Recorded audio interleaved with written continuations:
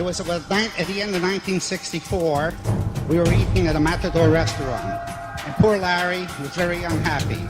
He just won the Mr. Universe and Mr. America titles and said, "What am I going to do now, Joe? There's no more other contests I can enter. Why should I retire so young?" So we said, "Well, Larry, we got to think of a title so we can keep all the champions in the game." So we decided we'll call him Mr. Olympia. And he was really happy that he competed and he showed up, and he was a great champion.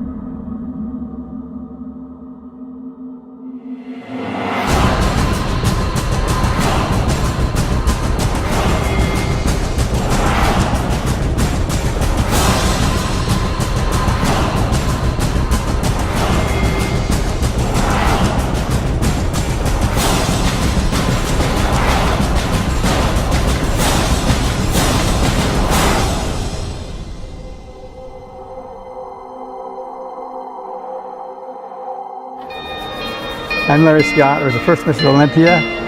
We're in South Beach, Florida, just outside of Miami. The weather's cool. Yeah, enjoying it?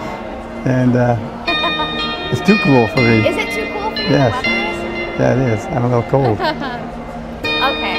But anyway, it's a beautiful, beautiful place. I'm going to head real quick, thinking back, what were your feelings winning the first Mr. Olympia?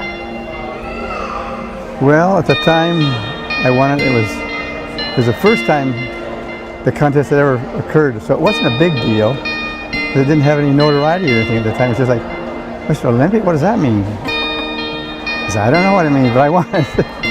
And it happened to be a contest that Joe and Betty Weeder made up.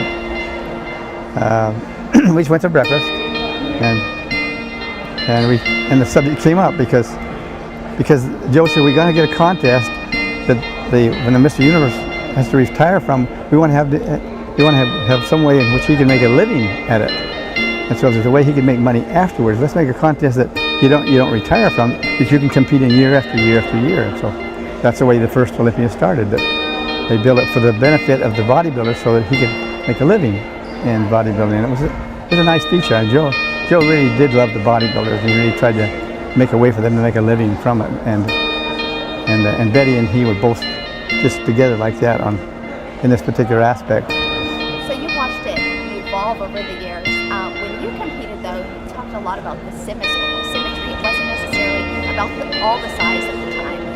At the time, you were looking for lines, because our heroes then they had lines, and they'd get like calves like you have, Like mine. Oh, thank you. and you try to get biceps to fit in with your triceps, and so whenever you're working out, you're not just looking for size, you're looking for ways to get that. Oh no, that's not quite right. I want to get that. I want to build that. Because then when you're looking at it, you're seriously, ooh, that's looking better. I gotta give me more sets. Before long, then when you flex your arm, they say, it looks different. Right. Different. What do you do different? You just say, well, I want to have this. I want to have the tricep hang down as much as the bicep sticks up. Then when you stick it out, and it's really proportionate. Looks real pretty. How did you end up with the bodybuilding bug? How did you get into it? I went to I was always smaller than usual, and one day I went to the dumps. I kicked all our stuff out, and I saw a pile of magazines about like that. And it was Field and Stream, Outdoor Life, and so I said, "Oh, look at that, man!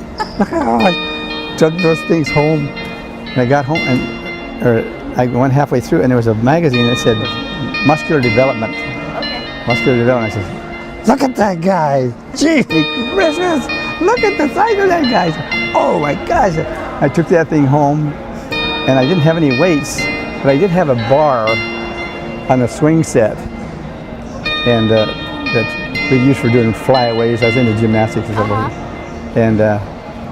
And I took that down. It was a heavy. It was actually a tractor axle. I was just getting out of high school. Okay, that's about 18. 19. Yeah. Okay. And I started doing. I took that thing down and I started doing those movements with that because I had the magazine and it showed George Payne doing the exercises for triceps. Okay. I said I can learn that. So I took that thing out there and I started doing moving those funny movements and I looked at my arm and I says, "Hey man, something's happening." It's changing. And I ran in the house and went in the bathroom and closed the door so my sisters couldn't get in and see me doing that. Flexing in the mirror. I'm getting bigger. Oh, wow. Man. I was so excited. Ran back out there again. I started doing more sets and more sets. I got a pump. And I didn't know what a pump was. I said, my arm doesn't feels funny. It just feels, something's happening. I learned just off of that tractor axle how to start building arms. Awesome. And that's what started me. Do you want to share though, kind of a fun story maybe? You were talking earlier about your first competition in Idaho. Oh yeah. Oh, we had about 8 people in the contest, and we didn't know anything. We didn't know the first thing about posing or anything like that, but there it was held. First one was held in a little contest, like I say, in that theater. Can't remember the name of the theater. It was in Boise, Idaho. That's cool. Yeah, it was.